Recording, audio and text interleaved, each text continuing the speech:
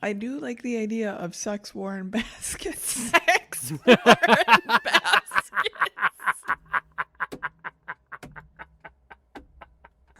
That's like what she does in her calm down moment. Like that's her like calm stage or granny moment. The rest of her is just wild. She weaves baskets while having sex after war. Stop. I'm gonna fuck up the pattern. Other people smoke a cigarette after sex and war. Athena weaves baskets. Real. Fucking taboos, don't you know? These women over here.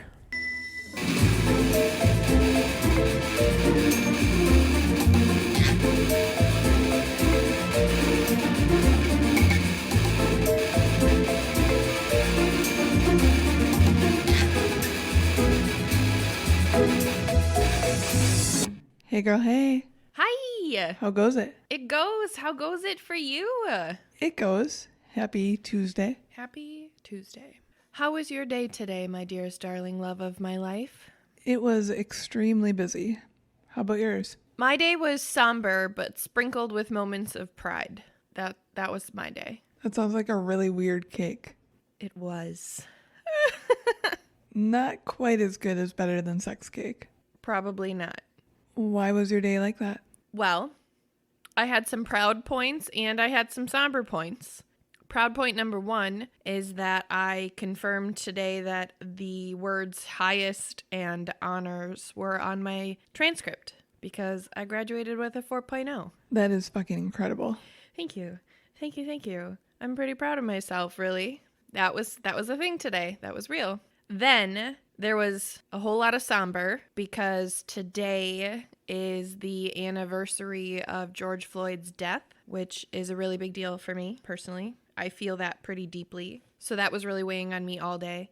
However, pride point number 2 is pretty cool and a story that I haven't shared with you yet that I think I would like to share with you right now because I really feel like it encapsulates the entire 365-day journey that has been my awakening. I am ready. Okay. So for my birthday trip, I went on a really cool hike up in the UP, and it was really beautiful, and I loved every second of it. I had zero plan. I had zero anything. I just went, and I had the most amazing time. And as part of that trip, I stopped at a bar just for some food. I realized it was like 9:30 at night, and I hadn't eaten really anything other than maybe a Nutter Butter that day.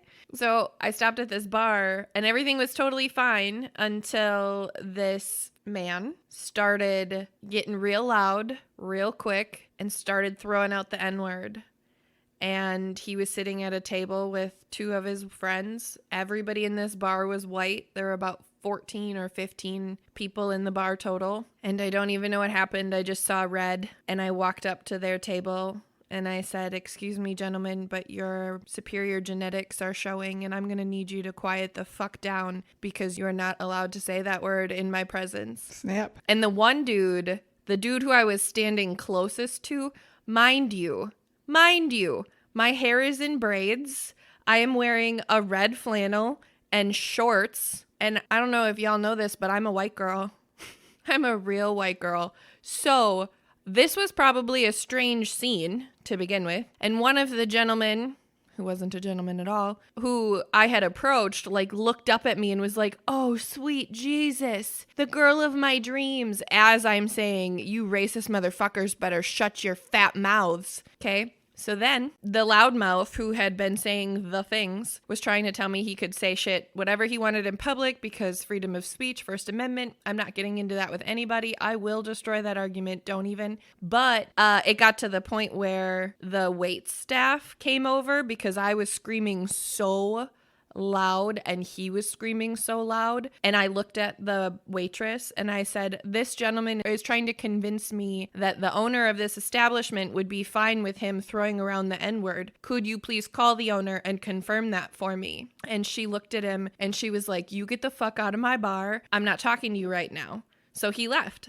I finished my meal and I went to leave, and I was pulling up my GPS in the car with my doors locked, windows up, totally as safe as I can be. I'm literally parked right in front of the bar, and dude came out and tapped on my window and was like, I'm really sorry. We just had a lot to drink, and I was just running my mouth, and I'm really sorry and whatever. And I was like, yeah, I know you had a lot to drink, but you don't get to talk like that. And he was like, there's nothing wrong with what I said. And he just started going off, and I snapped on him. I don't recall what I said because I was pretty upset.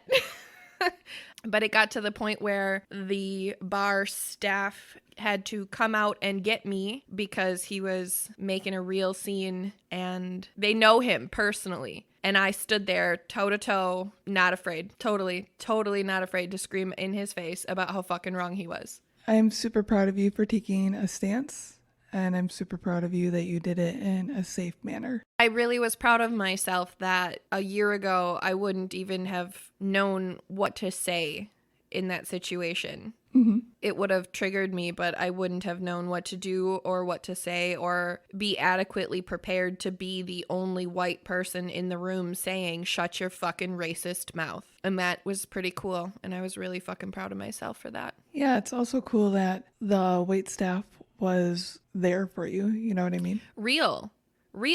And also, now there are 14 people in Shingleton, Michigan who know that it's not safe to use the N-word just because you're in the presence of other white people. That's a big fucking deal to me. Mm-hmm. So shout out to those 14 people.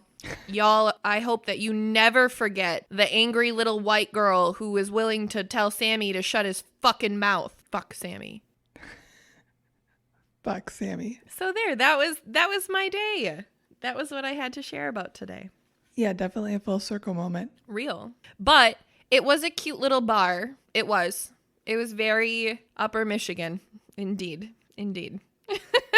I know exactly what you mean by that. And they serve drinks at bars, which leads me to my next question, which is, what are you drinking? See what I did there? See it? I am drinking...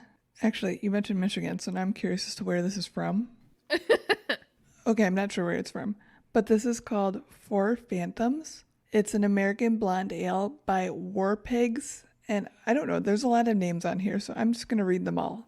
Okay. So the primary brewery, I think, is War Pigs, but it also says Three Floyds and McKellar. And I don't know if maybe that's the art on the can, because the art is incredible. Oh my God, so cool. Oh, it's like a tribal Sons of Anarchy, indigenous beautifulness. Oh my God, that's so fucking cool. Oh, he's like a Viking. Oh. Or like a Greco-Roman thing. I can't even tell. I see it now. He looks like Hermes. Yeah, he has the winged helmet. Yeah. Or winged helm, I should say. So the description is ethereal American blonde ale rising triumphant from the daily trials of monotony. And it is delicious. I didn't even know that I liked blonde ale. I don't even know what that is, but it's good. I don't even know what that is.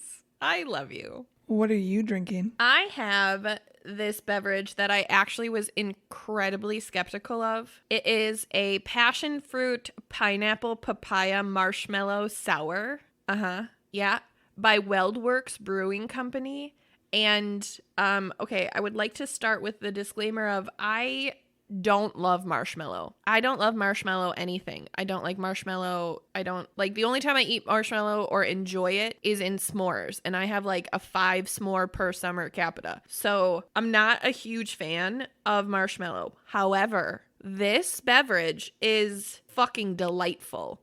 It legitimately tastes like a Jolly Rancher. It's so fucking good. It's super sweet, but it's not sweet though. It's kind of like a watermelon Jolly Rancher, except I don't love watermelon Jolly Ranchers. I like this better. Yeah, you basically just listed a ton of things that you hate and then said you like the beer. I did do that. That is accurate. That is exactly what I did, and that's real. But I really don't hate it. I'm trying to see if there's like a thing on here. That can is really cute. Isn't it so cute? Looks like a little party. It totally made me think of a pineapple upside down cake too. So I was like, fuck yeah. It doesn't say shit on here about it other than it's a sour wheat ale. So I'm going to stop looking at the can now. Noted. So we just finished up our Girls Just Want to Have Fun month, and we're rolling right into another themed month. Girls just wanna have fun. Celeste can also sing you this month's theme. Wait, though. I'm not ready. You didn't sing last time. That's not happening. Can you please sing either one of last time's series title or intro sing this month's series title? No. Pick the lesser of two evils, baby. Come on. Come on. There is no lesser of two evils. Both are in keys that are completely out of my range. Not that I even have a range, but if I did, those would be completely out of them. Okay, let's see what I got. Let me try. Give me a beat. Dun, dun, dun, dun, dun, dun, dun, dun, dun, dun. Right? Is that how it goes? Let's hear it for the boys. There we go. Was that okay? Yeah, do the second part though, because now I feel like it's incomplete. Oh, okay. Let's hear it from my baby. I don't know the rest of the fucking words. You missed. You missed. Let's give the boys Let's a give hand. the boys a hand. Yeah, okay. There we go. Oh, that was great. Should I do it again or no? No, I think it was absolutely perfect the way it was. I hate you. Okay, let's go. So I would love if you could tell our listeners what we're kicking off this series with as far as the topic goes. Or if you want to explain this series or anything, because I am doing awesome. We are doing good. I was about to just jump right into it too, so you're totally fine. This month, we are going to be celebrating men.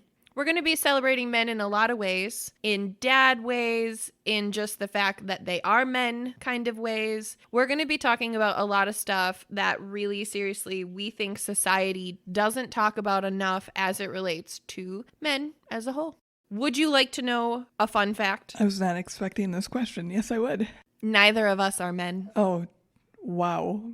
Very surprised. I know that that's surprising to you, and I'm sure to our listeners as well. But I think it's really important for our listeners to know that we are not going to have a series all about men by ourselves. That would be unfair because we're women. How could we speak to the problems of men by ourselves? That just is inappropriate and weird and fucking goofy. And I think that our listeners should know that we are not going to go into this series ill-prepared or solo-sided. Are you saying hint, hint, wink, wink, there may be some guests? I'm saying hint, hint, wink, wink, yes. Do we need to roll out the red carpet? Burp, burp, burp, burp.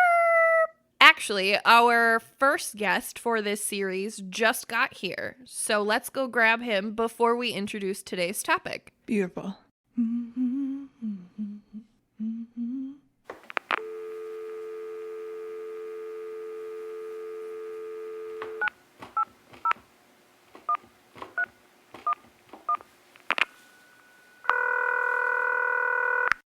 What up, what up? Oh my god, I love that you have a cosmic background. Oh, I love that shirt. I got my swag on. Hello. Hello, special guest. Oh, hey there. Hi, how are you? It's so amazing to be here. I'm really excited. Oh, okay, this is weird. Now that I'm hearing you talk, AJ, I realize that we have accents. Mm-hmm. No, we don't. No, this is really the first time I've ever noticed it. This is really weird for me. I don't. AJ, say something. Say something with an accent. With an accent? You want me to go Wisconsin on you? Listen, Wisconsin, North Dakota, Minnesota, Canada in that region all blend together. A little bit of South Dakota, but I think they're more kind of normal. Chicago has their own fucking shit they're dealing with, and Michigan has their own shit they're dealing with. But Minnesota, Wisconsin, North Dakota, that region in Canada all blends together. And so whenever anyone's like, oh, like you said, hey, that's Canada, I'm like, no, bro, I lived in Fargo, all right? Trust me, that's fucking something people said on a regular basis. Check your shit. Oofda. Don't you know? Sorry, guys, I got really distracted there for a second. Oh, I'm here for it. And you didn't even properly introduce our guest. How rude. No, I didn't. Dear listeners, we are absolutely thrilled and honored to have one of our favorite dads, the Stoned from Dads on Dayquil. Boop, boop. And the crowd goes wild.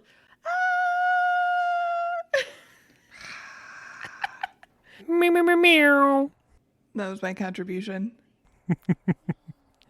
I'm so excited to be here. We are so excited to have you. Thank you so much for having me. I really, really appreciate this. I've been looking forward to this for a while. Yes. Before we dive into why you're here, real quick, I'd love to ask you what you're drinking, please, today. I am triple fisting right now. So, I am AJ, aka The Stone from the Dad's on Dayquil podcast. I make my own mead, which is aka Hooch, aka Nectar of the Gods, aka Nectar of the Piss that is from Bubba and Cell Block C, aka Blueberry Mead from AJ's Closet. Ooh. And this is basically honey wine. And I made it myself. And it's really, really easy. And I feel like it should be illegal. Like, I mean, if you like, you could homebrew for yourself and it's like no problem. Like, as soon as you sell, it's an issue. But I got blueberry mead. And then I'm also drinking a Kona Big Wave. Nice. Ooh. This is like one of my favorite beers. Let's see if it shows. There we go. I love big waves. Yes. Yes. And then the third thing I have is not so much alcohol. It is something different. They call me the Stone for a reason, baby. I am smoking the Death Star. This is some crazy shit I got from Washington, and woof, gonna put you on your ass.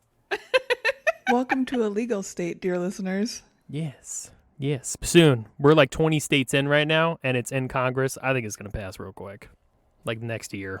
Oh, Wisconsin's going to be like last on that list, if not second to last. But anyways, I do appreciate, though, that there has at least been conversation about it in our state. It's not like, I agree, we're probably going to be last, but it's not like we're last because we sat on our hands about it. We're going to be last because the bar league is going to fuck us forever. Yeah. yep, and Evers is trying to push something, but he's going to get cock blocked, so. Idaho's trying to put through legislation that's like, even if it's federally legal, they're still going to make it illegal in their state. And I'm like, what the fuck is wrong with y'all? Do you know how much money Nevada made? Nevada had a national emergency. They tried to retract it and say that it was fake news. No, it was real. That was real shit. And then the government got shit for it, but made like 60 or 90 million the first month. Come on. It's taxes. It's good taxes to have. Let's get our states in line. Everyone wants a little bit of weed. Telepathy. Hey there. Telepathy. Amazing. But speaking of taboo topics, should we discuss what we're going to be talking about today? Oh, yes. This is going to piss so many people off, and I'm fucking here for it. Just wait till you hear our disclaimer, my darling. AJ, give me a drum roll. Today, our subject is going to be sex toys. Bum, ba, da, bum! I'm so excited. Hell yeah. I'm ready for this. Allie, are you so excited? Yeah, I just got really confused in my head and thinking that our theme for this month was boys just want to have fun because of this episode. I'm sorry, you suggested this theme, and then I said this is where we should put this episode, and you said, okay. Yeah. What? I No. don't know. But continuing on. Ooh. Little bit of confusion or tension in the taboos camp over there. I'm not sure, but I'm here for it. I don't know what happened. Celeste likes to imagine random conversations with me that didn't occur. That's real. I do that. It's true. You know, I think it's healthy. I think everybody does it, and whoever denies it is like, come on, we gotta have some fun with our lives here, you know? I mean, you may have called me a good person at heart, but I know deep down inside of my mind there's a part of me that wants to be like, nah, man, that bro wants to fight you. Just called you a fucking asshole. You gotta have fun every now and then, as long as you don't cross the line. Gotta have fun. It's true. I'm sure we're going to cross some lines today, though, and I'm here for it. Send it. Shall we get into today's disclaimer before we start talking about some toys? Let's. Down. This week's episode will have a content warning as we will be discussing explicit concepts, which isn't weird, right? Welcome to Taboos. We are also discussing sexually explicit content morally not suitable for the consumption of minors. However, it is the position of Allie and myself that the concepts discussed in this episode do not discriminate to the age of any person should they choose to explore their bodies and sexuality as a whole. Allie and I are firm believers ensures that sexuality should not have any societal boundaries as long as all parties are consenting adults. Shout out to our episode on consent if you're confused as to what that means. Rapists, pedophiles, and people who hurt animals, y'all can choke on a stick. Thank you so much. We will be moving forward with the following information and conversation with the intention of normalizing sexuality, personal preference, and the freedom of physical expression. As always, we must impress sexuality encompasses so many concepts, and you are free to do what you choose with your body always. Something sexual that makes you feel good is never a bad thing, in whatever that means to you in the infinite scenarios it could possibly mean. So without further ado, the Taboos team, along with one of our favorite dads, proudly presents today's taboo topic, sex toys. And to those people who don't respect that sexuality and someone's own body is theirs to explore, enjoy, and love, y'all should stick around, even if it's just for this episode. So after, you can properly go fuck yourself. Goddamn right. Well said. Fucking here for it. Thank you. I'm so excited. Any thoughts, comments, questions, concerns before we get this show on the road? No. I think we're pretty solid. Cheers. Cheers. I'll drink to that. Salut. All right, let's get freaky. Let us start with where it all began, shall we? Cue. Nope. Please continue. No. I was just going to make one of those back in time noises, but I realized I don't know how they go. Allie, I was really hoping this was going to happen. Oh, I love you two so much. So now you know it's not like a show. Now you know this is real. This is how we really do shit. Hell yeah. Amazing. So this article was called Sex Toys, A Brief History, and I thought that that was a pretty legit place to start. Quote, if you thought sex toys were invented in the 20th century, think again. Let's talk about a brief history of how sex toys have played a major role in the world for centuries. Centuries. Are you guys really ready to hear how old sex toys go back? Yeah. Brace yourselves. I got handles. Anybody want to guess? Let's go 10,000 BC. That was pretty legit guess. Allie girl? I'm going to say 6,000 BC. Whoa, wrong direction, my love. But good guess. The correct answer is 29,000 BC. Yeah. Jesus! Just kidding. By 29,000 years. Oh my God. I think God has left this conversation at this point. My special guest notebook actually said that. It did? Yeah. Love it. Also, now that there's a dad on, incoming more dad jokes, apparently. Oh, yes. Toot toot. So to be clear, clear, for anybody who hasn't heard some of our previous episodes, shout out to the No Pants Dance, that is older than the Bible, that is older than porn, and that is older than old. 29,000 BC is super fucking old. Quote, the oldest sex toy known to man is dated around 29,000 BC. It is Paleolithic stone phallus discovered in a cave in southwestern Germany by archaeologist Petra Kesselbach. It is speculated if it was actually used as a dildo or if it was more of an idol sculpture. However, its shape of a real penis, the way it is polished, and the material that it's made of, which was siltstone, led the scientists to believe that it was used as a sex toy. And let me tell you guys, this thing was quite literally a rock that looked like a penis. Yeah, rock solid theory that is. That's generally what stone is. Oh, thank you, Allie. No problem. That was so helpful. Anytime. I'm also stoned. What? Fast forwarding to 500 BC. Oh, there we go. Was that the noise you wanted? No, but that was a noise. You're right. It was a noise. You are so observant. We determined how many episodes I ago. was over there like, I'm going to get a soundboard up in here. Yeah, exactly. That I'm not the person that makes the additional sounds. Come on, don't get a soundboard. Like, it's coming from my own show. I'm always there making sounds myself. Real. So I'm like, you know what? I'm here rooting for Celeste. You got to go over there, make your own sounds, because if you get a soundboard, you sold out. I know. That's what I'm telling you. Oh no, she is our soundboard. 100%. I am, but I always encourage Allie to be the soundboard too because she makes some decent sounds. Her Yoshi kills me every time. I can't do a Yoshi. I can't do it. I need her to be that Most person. random conversation. Okay, I think you've been put on the spot now. I think Avery in the next room wants to hear the Yoshi sound as well. I love it. I love it. Thank you for blessing me with that moment. Sorry to get us derailed. Continue. Back to 500 BC. The now famous Benwall balls came into existence in Japan. They were known as Rinotama. In the original form, they were only one ball, and it was designed to enhance a guy's pleasure during intercourse, which I thought was really fascinating, that it started as a male pleasure toy and then turned into a female pelvic floor exercise toy. How cool and versatile. Wait, please hold. Okay, hang on. Wait. Was it originally a male pleasure toy as in inserted into the anus, or was it in the female?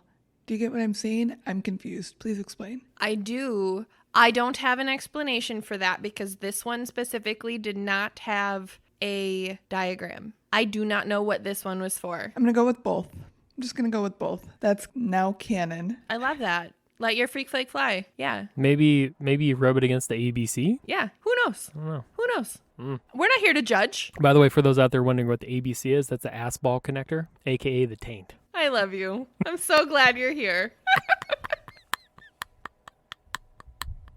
Eventually, they evolved into the familiar toy that we know today. 2 balls that were designed to help women improve the strength of her pelvic floor muscles. So that's what I was saying of, I don't know the difference. I don't know what was what, but I do think it's cool that that concept was versatile for both men and women. And that was from 500 BC, proving that sex toys could be used for men and women from not as long as could go back in time, but like still pretty far back in time. Yeah, definitely. Yeah, it's really interesting. It's like, These first appeared in the West at the end of the 16th century, where they were used primarily by men, while in Thailand were used to promote penis enlargement. So let's acknowledge in 500 BC, shout out to the birthplace of size shaming. Yeah, that's insane. that's why they call it Bangkok. Ba-da-bum. Oh, too good. Then, our next pit stop is in 300 BC. Quote, the first documented use of a dildo comes from ancient Greece, where merchants sold something called alisbos. Fashioned from stone or leather, or in some cases wood, the alisbos became a tool bought primarily by single women, or so cultural evidence would have us believe. End quote. Super triggered by it being wood. No pun intended. Oh, just you wait. We're going to talk about all of the materials that have been used for sex toys. I made this list. Just you wait. The word alisbos originates from the word meaning to slip or glide. Quote, a 3rd century BC text by Herodotus documents a conversation between 2 women, Metro and Corrido. Quote, but the things he makes, all of them, are worthy of Aphrodite. You would believe that you could see her hand in his work. He came here with 2 Metro, and when I saw them, my eyes nearly popped out of my head with desire. The men certainly have no rams like those, and that's not all.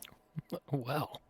Their smoothness, a dream, and the stitches of down, not thread. Hunt as you might, you could not find another cobbler so kindly to women. End quote. Wow, sorry guys. Okay, but let's be clear. Women have been talking about sex toys with each other since 300 BC. Why would we stop having conversations about sex toys now? Why would we do that? I'd also like to point out, if a sex toy is good enough for Aphrodite, it is good enough for me. I would just like to be really clear about that. I'm just going to steer really, really wide of leather and wood. Thank you. I don't care what Aphrodite uses. Pass. Hard. Pass. Aphrodite had bad taste. The leather is for other things. So that's fine. The article went on to say, Corrido's comment that, quote, the men certainly don't have rams like that, reveals one of the things that would follow dildos from ancient to early modern and even modern times. This being, men are worried that dildos will replace the need for a penis at all, essentially replacing men. How wrong that was. Correct. Quote, this remains a near constant anxiety until even modern day Texas, where it is still illegal to possess or promote the use of 6 or more dildos. We have some really fucking weird rules in this country. Yeah, like each state's got like a weird law. There's some weird fucking laws out there that are still on the books. That's like, bro, we're in 2021. Let's rethink some shit. Let's all just go fuck ourselves. We're fine. Also, but like, how would you even regulate how many fucking dildos I have? Dear Texas, are you coming into my house to check how many fucking dildos I have? And what if I don't use them all? It only says 6 or more of use. What if I'm not using all of them? What if there's 7 downstairs? Am I exempt? Am I free of the law? Like, what does that look like? I just really don't understand. But also, what fucking business is it? How many sex toys I have? That's a backup, sir. Calm down. I'll say this. Texas don't fuck around. They have sheriffs go inside offices and they're like, I have a warrant for your arrest. Get out of here. And they pull people off the line while they're like on their job. Jesus. Arrest them. Like, Texas don't fuck around. Maybe they need more dildos and then things would be better. For real. They just need to fuck themselves a little bit more. Let's fast forward to the 1200s. There are suggestions that the first double-headed dildo for use between 2 women was developed in China in the 12th and 13th century. Shout out to New Glarus for making 2 women, my second favorite beer. Wow, also one of my favorite beers, and I did not see that reference coming at all. It literally said 2 women. The words 2 women were in the thing I said. Why would you not think I would go to 2 women? You say double-ended dildo, my mind immediately goes to Requiem for a Dream, and then you threw in New Glarus, and my mind was like, full stop, record scratch, what just happened? You said Requiem for a Dream. Oh, God. We are 2 very different people, Allie girl. Yes, we are. I'm just happy to be here. We are grateful you love us, AJ. The next segment of time we're going to talk about is the 1400s. Renaissance Italy. Welcome. Buongiorno. Where Olympos upgraded to diletto from the Italian word for delight. Quote, this first references to the modern day term dildo in its origin. Nifty. I love language. Learn something new every day. Petro Artino is credited for the word as well as often being considered the first literary pornographer. He is referred to as the quote-unquote father of pornography based on his publications that revolve around the life of Nana, who is an older courtesan agonizing over what to do with her daughter, which I felt was a little weird to be the first most famous porn, but it didn't have any other context than that, so I'm just gonna go with she's really stressed and a nice gentleman comes over and relieves her of her stress. I have a pizza. What do I do with this pizza guy? What would that be back in like 1200s? Would that be like a round table and chill or some shit? Welcome to my dungeon. Are you still watching? I gotta stop. Keep going. I gotta stop. Okay. Quote, even with a liberal amount of olive oil as lubricant, the diletto was not as comfortable as today's models. You fucking think? What a way to find out you're allergic to olives. I'm also just going to say that I also don't enjoy the smell of olive oil, so apparently this episode is full of triggers for me. Only butter in her house. Apparently, I didn't know to be ready for the disclaimer to apply to you.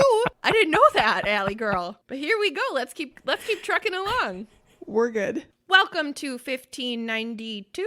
Quote, the dildo avalanche, which really that concept, that imagery really made me laugh. So let's say it again.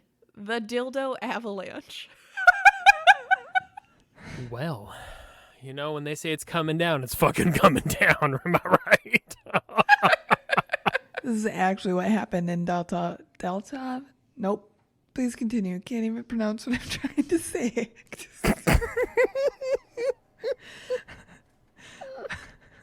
Moving on. You're so beautiful, and I'm so in love with you. What you got, Celeste?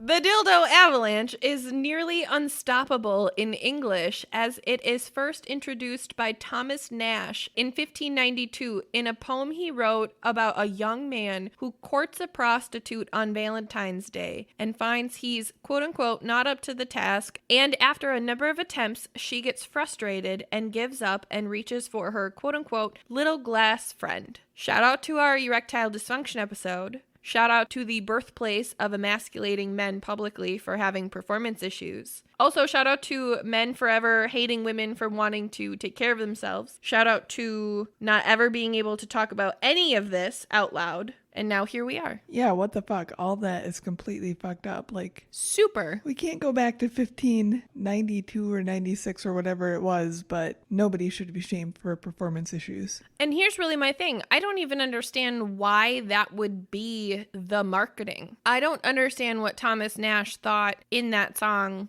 Like, I get the creative art, right? But like afterward, that became sort of the pinnacle of sex toy marketing, which we're going to get into next. But why anybody would think that that was healthy is really, really terrible, because truly, I just listed like 4 things that stem from that exact moment in history. And you can very clearly tell the line. Right? Mm-hmm. Yeah. Shaming erectile dysfunction is terrible. Terrible thing. Shaming women for wanting to enjoy themselves in the bedroom is a terrible thing. Shaming people for talking about enjoying themselves together in the bedroom is a terrible thing. And yet, here we are, thousands of years later, and we still can't talk about it. Yeah. I'm trying to imagine, like, 1592, like a town of, like, 50 people. Some chick walks out of, like, a house and was like, hey, this dude can't fuck! Like, what? What the hell? Thou cannot getteth the hardeth. He said it was blood problems.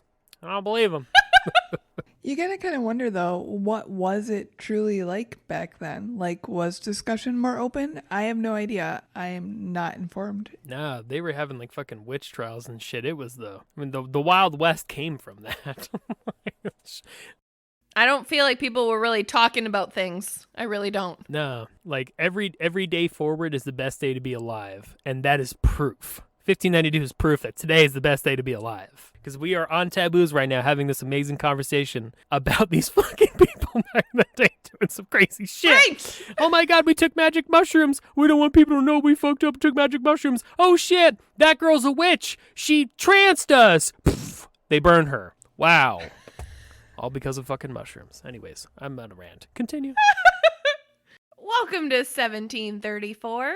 The quote-unquote clockwork vibrator, or tremousseau, was invented in France in 1734 and was available from medical instrument suppliers in the American colonies in the 1750s. Quote, the devices were expensive and thus were purchased mainly by physicians, but there was no obstacle in getting it through customs or laws against their purchase to anyone who could afford them. So sincerely, no matter where you were in the world, as long as you could afford a vibrator, you could order one from America and it would be sent to you. I'm really surprised that wasn't shut down by Puritans. You'd think. I mean, like, you said it was clock? You had, like, clock mechanics or something? A clockwork vibrator, yeah. So it did, I would imagine it to be sort of a wind-up mechanism, like a clock or a pocket watch, and then it would vibrate as it wound down. Oh, I guess you could always make sure you come on time. Send it. Pretty sure we just lost half your audience right here. If you're still here, you're the true MVP. I am bowing. I am bowing. I am just absolutely in awe. Yes. AJ's here with the jokes, and I'm just here imagining how annoying it would be to hear that. Okay. Let's go to 1844. Are we ready? Ready. Okay. Oh, shit. This is crazy shit. This is real. Quote, when Charles Goodyear discovered by accident how to vulcanize rubber, he not only revolutionized the car world, but also the sex toy industry. The process of vulcanization made rubber stronger and more durable, and eventually led it to being used in the production of condoms, dildos, and other sex toys. I'm sorry. Could you imagine a tire dildo? A tire dildo. Yeah, that's immediately what I just thought of. Like, just hold on. It's going to be a good year. Hold on 1 second. Let me just go ahead and, With like the little tire spikes on it for like grips on the snow and shit. Yes! Yeah, I'm not opposed. I'm opposed to the material, but it's tested for wet roads. AJ said it's tested for wet roads! Slippery when wet. Let's go. What the fuck? 1882, Dr. Joseph Mortimer Granville patented the first electromechanical vibrator. There were at least 24 models available to the medical profession. Quote, there were medical vibrators, vibrating forks, undulating wire coils called vibratiles, vibrators that hung from the ceiling, vibrators that attached to tables, floor models on rollers, and portable devices that fit in the palm of your hand. In fact, by the turn of the century, there were complete operating theaters devoted to managing the scourge of hysteria caused by vibrators. Wow. Holy shit. I'm kind of in love with all the kink associated, though. Real. And can we talk about vibrators from the ceiling? Like, what? Yes. Yes. We had to the window to the wall in our day. They had from the floor to the ceiling in their day. Real. They were fucking top to bottom then. I'm imagining somebody walking in, like, pulling it down. Like a map. Like one of those roll maps. Yep. Wait, hold on. You said a fork? No, okay, actually. No. I thought about the fork. I really did. I thought the fork was genius. Think about a tuning fork, except you put... You said a fork? Shut up, AJ. You put... What?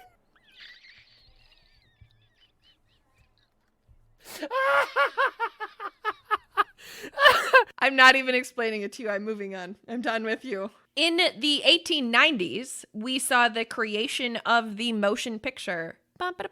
Soon after, early filmmakers began producing the first porno flicks, some of which included shots of women masturbating with various sexual aids of the time, including strap-ons and vibrators. In the 1900s to the 1920s, quote, by the turn of the century, there were more than 20 vibrator models available running on electricity, batteries, foot-powered, or water-powered. The prices could vary from $5 to $200, end quote. I really loved this, and I have to share this with you guys, because this is the ultimate pun, and I'm so excited to be delivering it. The most expensive vibrator on the market was called the Chattanooga, flooding basements since 1900. Wow. Fucking send it, bro. Thank you. Allie hates me. It's fine. God damn. That's all right. I still love you, so we're good.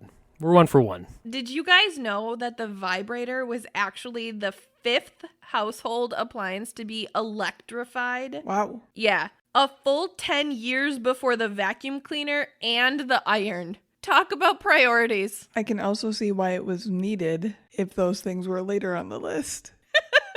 And that's what makes it not sexist. I was thinking it. You said it.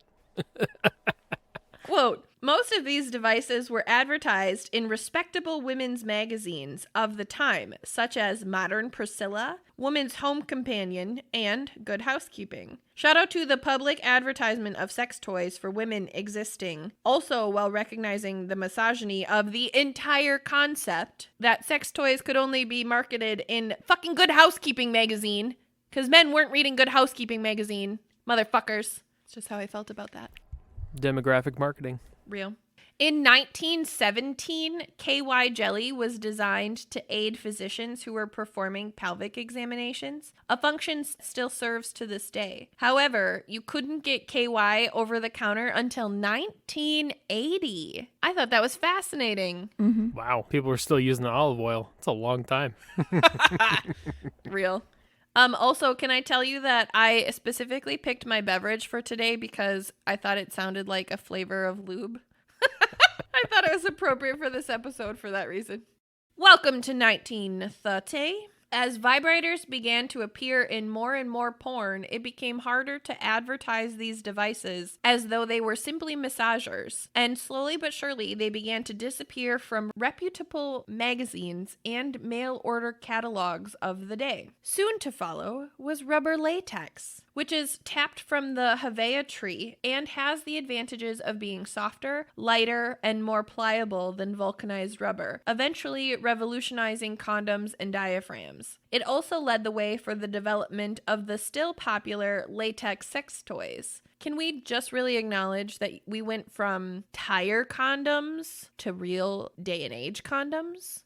And that sounds like a better plan. Yeah. Thank God. Yeah, no more fish skin. Ew. Ew. Ew. Yep. Moving on from fish skin. AJ. Mm-hmm. That was a real thing. Stop That's saying fucking words gross. to me. But continue, please. In 1952, the American Medical Association declared hysteria was not really an ailment after all. Oh, shocker. Surprise, surprise.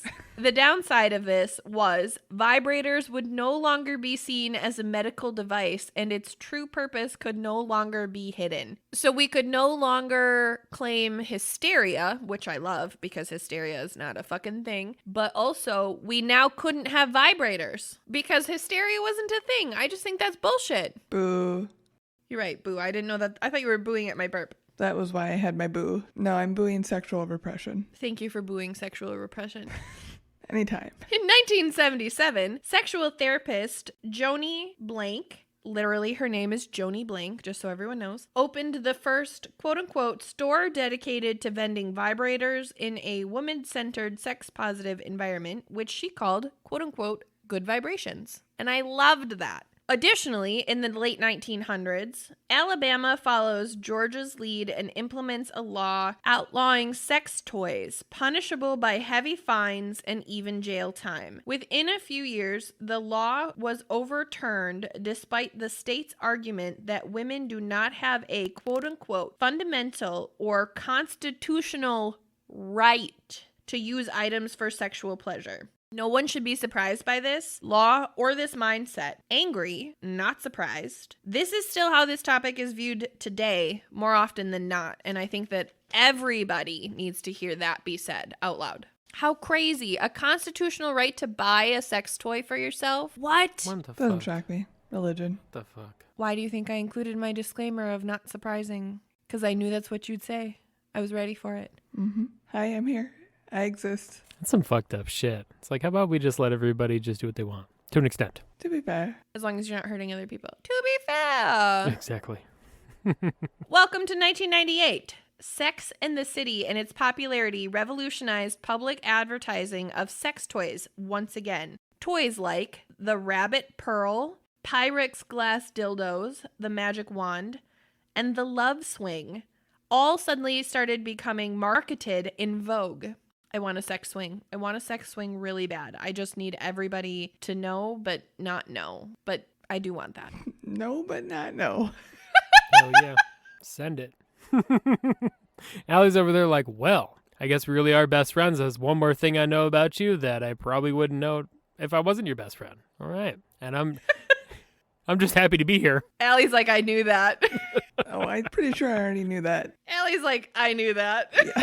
Without even having it had to be said out loud.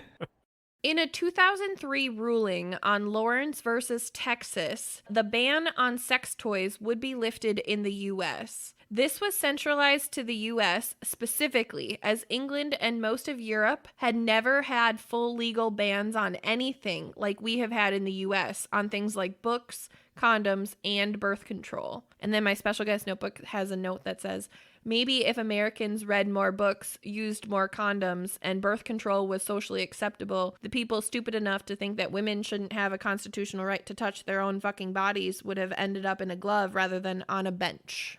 Preach. I argue that applies to any constitutional right for anybody. You are not wrong. However, I put it here in this episode. I recognize that.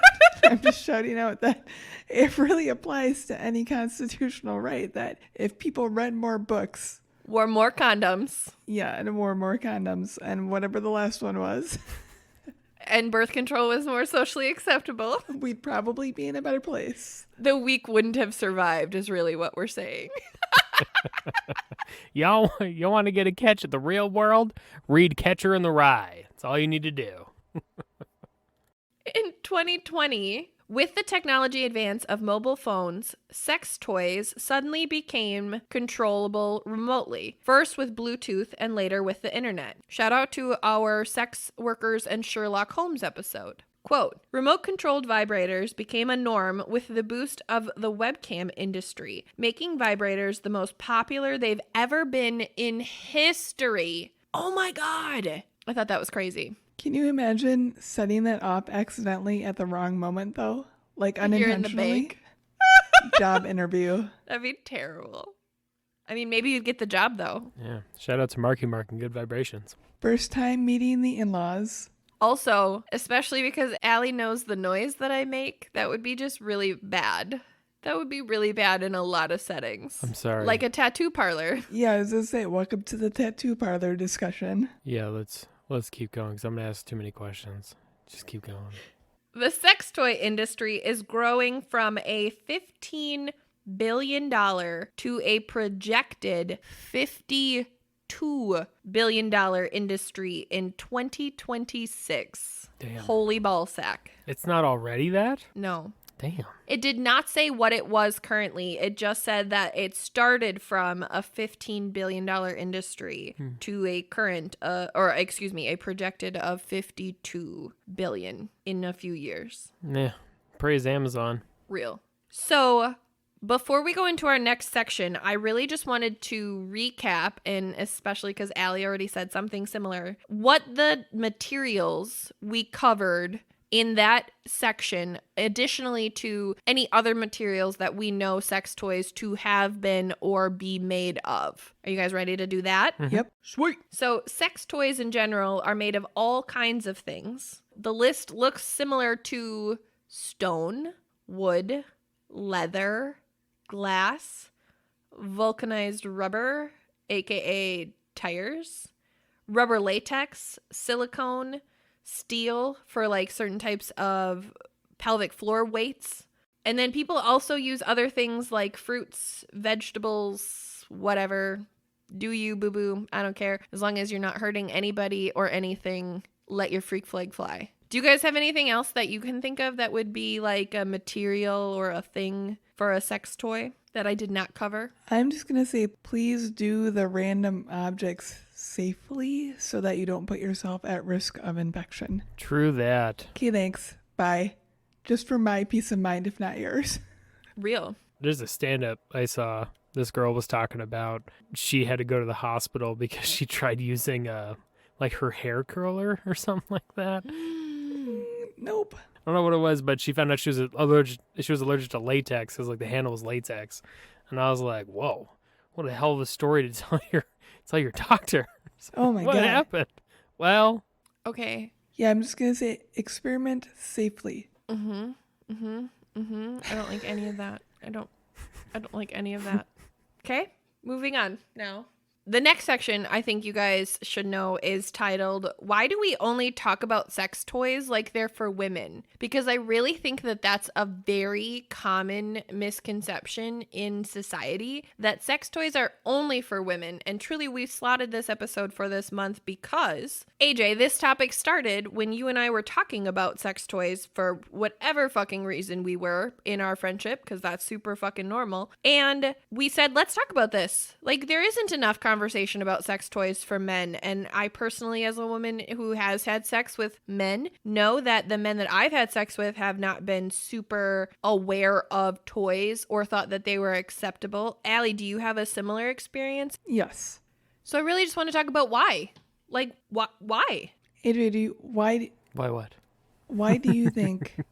Yeah, why? I can't even phrase what I'm trying to say right now. Why do you think that sex toys are only talked about like they're for women?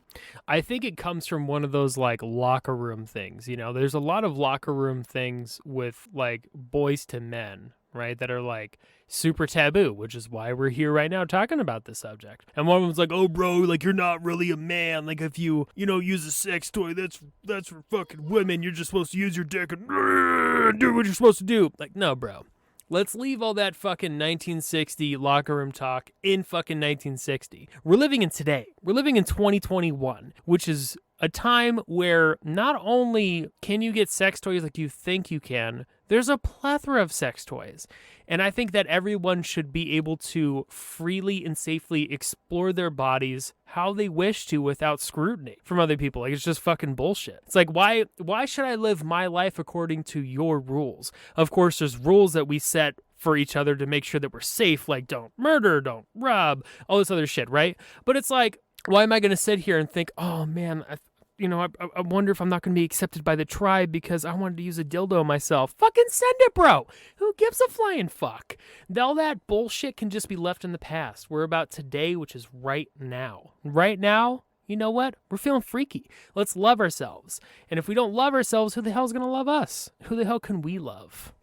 You know? I appreciate all of that. Spinning off of that, do you think that a lot of the, and this is just me speculating, but do you think that a lot of the idea around male sex toys is based on either of the following ideas? Either one, they're to help enhance it for the female. So like I'm thinking cock rings, for example, not truly really their sole purpose, but like proposed as such. Or B, using something like a prostate stimulator is seen as being a homosexual thing when really it's like just an enhancement thing. Yeah. So I don't know. I was just kind of thinking of it in that perspective. Bye. Yeah, and definitely one of the views, there's several views to this, right? Where I'll tie it into kind of like toxic masculinity. That's usually what implies into it, is that there's some alpha male out there that's like, no, bro, I want to run shit, so you can't use a fucking dildo. If you can't fucking make a girl come, you fucking suck. Like, all this shit, right? It's like, listen, vibrators, dildos, beads, whatever you want to use, right? Whatever sex toy a girl wants to use on herself, you want to use on a girl, you want to use a guy, whatever. Like, whatever the situation may be. It is not to make you feel like you are not good enough. It is really to just explore yourself. Shit, you may find out some shit about yourself that's like, damn, I really bonded with myself. And I think a lot of people don't realize that they really have to bond with themselves. You have to love yourself. That's something I really learned hard over like the last 2 years with all the fucking shit going on with my life. Because I was like, you know what? I need to love myself more, and I need to really be okay with myself and who I am, and stop living my standards to be equalized with someone else's standards. Fuck that. I'm going to make my standards what I want. And so it comes down to people like, oh, like, bro, like, you're so fucking homo for using that dildo on yourself. Fuck you. Get the fuck out of here. What, you're going to sit there and be so fucking insecure with yourself that you're going to try to pour that on me? Get the fuck out of here. 2, you're not going to sit there and tell yourself that you were inadequate because you wanted to use a vibrator on your significant other, whoever, that person may be. And I think we just need to be more okay with ourselves and way less not okay with what everyone else is doing, It's nothing hard. I think that was awesome. Yeah, definitely. And sexual pleasure is one of the best things we can experience. Why in the world? Why would we hinder ourselves in any form of that? Real. Right? Why do we have to hide in a room and do it to ourselves like it's shameful? No! Dude, if you can really bond with your significant other, whoever that may be, and then you can bond even fucking further with a simple little toy, fucking send it, bro. As far as we know, we have one life to live. And let's fucking live that life as hard and long as we can.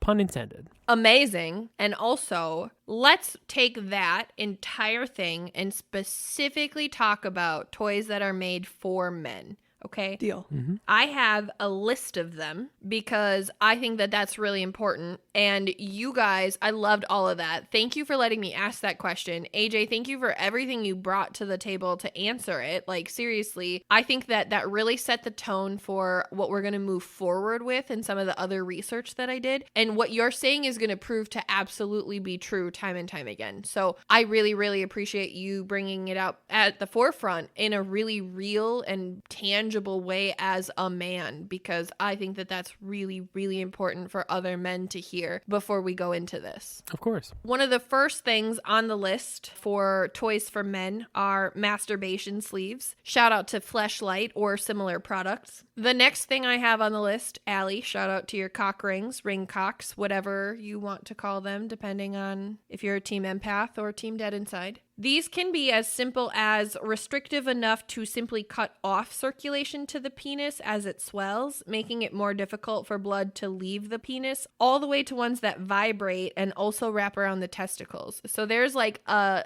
fuck ton of cock rings out there that do different things, some that are just for you, some that are more for her, some that are for both of you, but really cock rings are a thing and they're really fucking great sometimes. If you're interested, go try one. The next thing on the list is masturbation eggs. And I specifically have on here, AJ, what is this? So AJ, what is this? I think I saw a video on this, and I don't know if it's the same thing. It was like a one-time use thing. Yeah, this may shock some people out there, but I think I know what this is because, fucking YouTube rabbit holes. Okay. There's a fucking company out there, and there's a demographic for everything, so everyone take this with a grain of salt. There's a demographic for everything, and there's a demographic for people out there who fantasize about, let's say like hentai, something like that, right? So you're thinking about, this giant monster doing whatever. There's actually sex toys out there where if you were to be, in a sense, probed by an alien and it were to impregnate you with an egg, there is a toy like that where it does have an egg and then the egg like dissolves into like fucking oil or some shit. And yeah, there's some weird shit out there. And you know what? If that's your thing, no judgment. My bad for saying weird. No judgment. No judgment. It is weird, but no judgment. Yeah, no judgment. It's like, whoa, left field. But Yes. There is things out there where I think that might be what it is. It might be something totally different. We may learn the new thing today, but there's a fuckload of sex toys out there that is just available on the market, and it's interesting. I have more. I think it's actually similar to a sleeve, to be honest. And I know what you're talking about, AJ, and I think that's by a company called Bad Dragon. Welcome to also the world that I've randomly ended up in random explorations. Yeah, fucking rabbit holes are real. Allie is the queen of especially sexual prowess rabbit holes. That's real. I just like to know things. Real quick, Ali said it was like it's a sleeve? Like the egg is like sleeve? Like you fuck the egg? Yeah, I think it's like a one-time sleeve. Yeah. Oh. I could be completely wrong, but I think it's like a one-time use kind of. Somebody can Google Honestly, this and tell us. Yeah, real, because dear listeners, if anybody knows what a masturbation egg is, I'm really serious. I would like to know because I tried to figure it out. I really was looking and I couldn't figure it out. And then the only thing I could keep coming back to in my mind was like those fucking Kinder eggs, which have like graham cracker sticks and chocolate on one side and a toy on the other. And I was like, this is not right. We're just going to ask AJ. Well, let's move on. Moving on to prostate massagers. All right. These can come in varying shapes, styles, and can also come in remote controlled or virtually controlled versions. The next thing is rimming simulators, which also says AJ ? Rimming simulator. I'm not too sure. Like what? I don't even know what rimming is, to be honest with you. Well, like a rim job is like if you were to go down on somebody and it's, the backdoor access. Oh, okay. So that's kind of what I think about it, where it's, I don't know if it's maybe something that's not meant to penetrate, but maybe just to stimulate the outside. Maybe. I don't know. Okay. Next, this one I thought was actually really cool. I'm biased, but this one I thought was cool. Blowjob simulators. They're like fleshlights, but they are of the blowjob variety. So do they mimic a throat? No, wait. Okay, I'm waiting. Sorry. The quote-unquote best automatic blowjob machine is the AutoBlow AI. Quote, Oh, nifty. the AutoBlow AI is the third gen of the AutoBlow, and while it's not perfect, it's getting there. While creating the AutoBlow, the creators analyzed 109 hours of oral sex videos, so the various blowjob settings don't simply apply pressure at random. They are all in the style of a different blowjob technique. The 10th and final setting uses machine learning technology, so you never get the same blowjob twice. It is retailed for $299. Well, that's actually really cheap. I thought so too. And also, as someone who genuinely finds beauty in a solid blowjob technique, I really appreciate that there are settings to ensure that you never have the same blowjob. I love that. Hell yeah. Send it, bro. They needed to come up with a better name for that machine. Auto blow AI. Like, I'm just imagining, like, this is something I thought of a while ago when I was listening to a podcast about artificial intelligence. And I was like, you know, there's going to be at some point where someone's like, I want to fuck a robot. And it's like, well, hold up. Like, hold up. And its name is Auto blow AI. Yeah, it's like, whoa, man. Like, not knocking anyone's shit, but I'm just kind of curious. It's like, you know, why? And you know what? This thing looked like a little fucking vacuum cleaner rocket ship for your cock. This thing looked like if you pushed the wrong button, it was going to sprout a jetpack and leave with your dick. I'm not saying it wouldn't have been a great experience. I'm just saying it looked a little intimidating. Yeah, that sounds intimidating. I'm literally just imagining a reverse sex machine, so... Yeah, that's kind of what I'm imagining too. It's kind of like a reverse sex machine. I don't know. Okay, moving on. Okay. Anal beads, plugs, vibrators, strap-ons, and dildos are all in the realm of sex toys for men. However, there's a small public service announcement for anybody who is interested in anal play. Please never put anything in your anus that is not a sex toy in terms of masturbation. Light bulbs, bottles, vegetables, don't fucking do it. Your sphincter muscle is the only muscle in the body that actually pulls inward rather than pushes foreign objects outward. If what you're putting in your body does not have a stopper, it could get stuck and you could die. Mm-hmm. Yep. Real talk. Do not put a light bulb in your ass. Mm-hmm. Your ass will crush it and you will fucking die. Mm-hmm. Don't. Get a butt plug. No one will judge you. Did you guys ever watch the show 101 Things Taken Out of the Human Body? Mm-mm. No, I would never watch that. No, it's pretty much a show about people who got like impaled by things, but there was one where someone had shoved something up there and it got stuck. And it's like, whoa. No thanks. Or shout out to Jackass, Ryan Dunn, R.I.P. buddy. Shoved a toy car up his bum. Well, that's interesting. Terrible ideas. I know so many nurses who have told me horror stories of emergency room tales where there was a gentleman who put a wine bottle up there and like his body seriously ate it. Like, you guys, that sounds really vulgar and terrible and like really gross, thinking that your anus like ate something that you put up there. But I'm serious. That's what happens. It's not coming out. It's not coming out. So if it doesn't have a stopper, please don't use it. And also, I just really need to just say, wouldn't you rather be the guy who spent $40 on a butt plug than being the guy who spent $1,000 and has to live with the shame of having fluorescent shards of glass in his asshole the rest of his life? You're going to forever be known as the light bulb asshole guy? What? Just buy a butt plug and don't tell anybody. Like, get over it.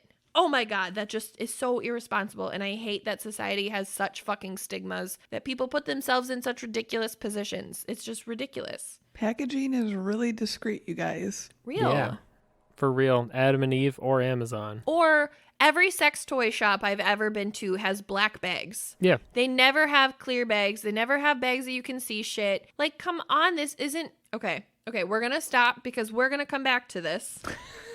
The next subject is titled, Are Toys for Solo Use? And then it says, ask this. Let's talk about it first. So let's talk about this. This is me asking this. Are toys for solo use? They're for both. You can use toys by yourself and on yourself, and you can use toys in a setting with another person or other people if that's what you're into. You know, definitely, like I said before, exploring yourself in the bedroom can further tighten and strengthen the bonds of you with someone else. And yeah, for sure, you know, it can be a by yourself thing, or it can be or with someone else. Allie girl, what are your thoughts? I literally couldn't have said it better, so here's my 10 out of 10 score for that speech. Golf claps all the way around. Excellent. I agree entirely, and I personally love using sex toys with partners. So there's my opinion. I also found an article that agrees with us titled "The Reason to Use Sex Toys with Your Partner" from bustle.com. This article was written by Susanna Weiss. Quote, "I'd always had a nagging feeling that sex with a toy wasn't quote unquote real sex, that it would be less connected or romantic. The one time I suggested my ex use my vibrator on me, he confirmed this fear, saying, 'I want to touch you, not a machine.' Though he didn't intend it, that interaction made me feel ashamed. I wondered if I was too demanding in the bedroom, since my partner alone wasn't enough to satisfy me." End quote. I really chose this article not only because I think that it's fantastic and has a ton of information, but that quote alone, I think regardless of if you're a man or a woman, I think we've all asked that question. I think we have all asked the question of, am I being too demanding in the bedroom for whatever that is, whatever that means to you, is if that's toys, if that's oral, if that's because you like X, Y, or Z, it doesn't fucking matter. I think that there is such a pressure to be selfless in the bedroom that people are actually sacrificing personal enjoyment in sex as a whole because we're also worried about being fucking selfish in it. Have a simple conversation. Just be like, hey, is there anything you're not okay with? Or is there anything you're okay with that I don't know you're okay with and you want to try? Simple conversation. We're adults. Mm-hmm. Plus, another point of it is introducing other things doesn't take away the intimacy of it. I don't understand why that's a construct, but it is. I would agree completely, and this research actually shows both of those points, so I love that you brought them up. I really do. Per Claire Kavanaugh, co-founder of Babeland, which is a super fucking cool erotic toy store, highly recommend, quote, "There is this fear that sex toys are making people less into each other, that they're too mechanical, etc., but they actually improve sex, making people want to be with each other, and they can connect you over long distances." Shout out to the long distance relationship that I was in. Honestly, sex toys were like a huge part of that relationship because we couldn't physically be together. So it became part of the way that we were physically together. I love sex toys, and I did before then, but if I hadn't experienced them before then, that would have really made me realize like how fantastic they really can be, even if it is just for that purpose. Preach. So then the article went on to describe the reasons to add sex toys to the mix. There are 4 reasons. The first being one that AJ called out, which is they start a conversation. Here we are. Hi, welcome to Taboos. We're having a conversation. Also, Allie, Celeste. do you want to tell people who we are? I knew you were going there. This is just why I just said your name. We're so good. Okay, but now please say who we are because I asked you. Dear listeners, that's Celeste.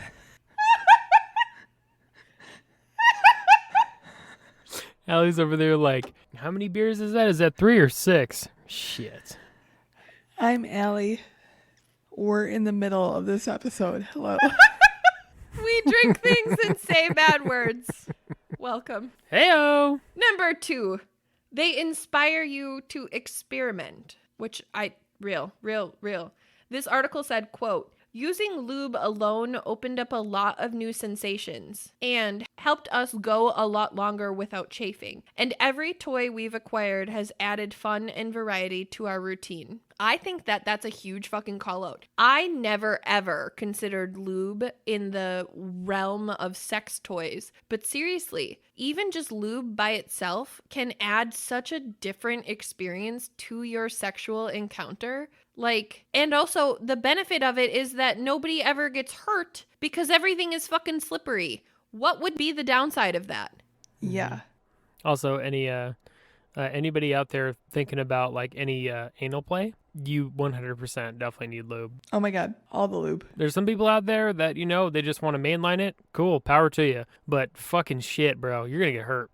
Careful out there. That was a real call out, and I really appreciate you making that because I didn't make that association, not because it's not valid. I just didn't think about it. So I really appreciate specifically, as we're talking about sex toys for men, that call out. Thank you. Number 3, they can let you orgasm during intercourse. Quote, First, let me say I would never want anyone to feel ashamed about how they do or don't orgasm. Orgasming during penis in vagina sex is just not always possible and necessary either. Shout out to our No Pants Dance episode when Allie calls that out. Nevertheless, I was always curious about what it would feel like to come with my partner inside of me, or even at the same time as him.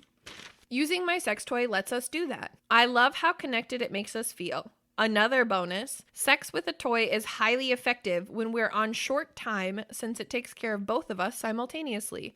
Which, yes, real. Oh my God, you can take a 20-minute quickie to a 5-minute quickie because like that shit goes up to level 10 and that's a real orgasm very quickly.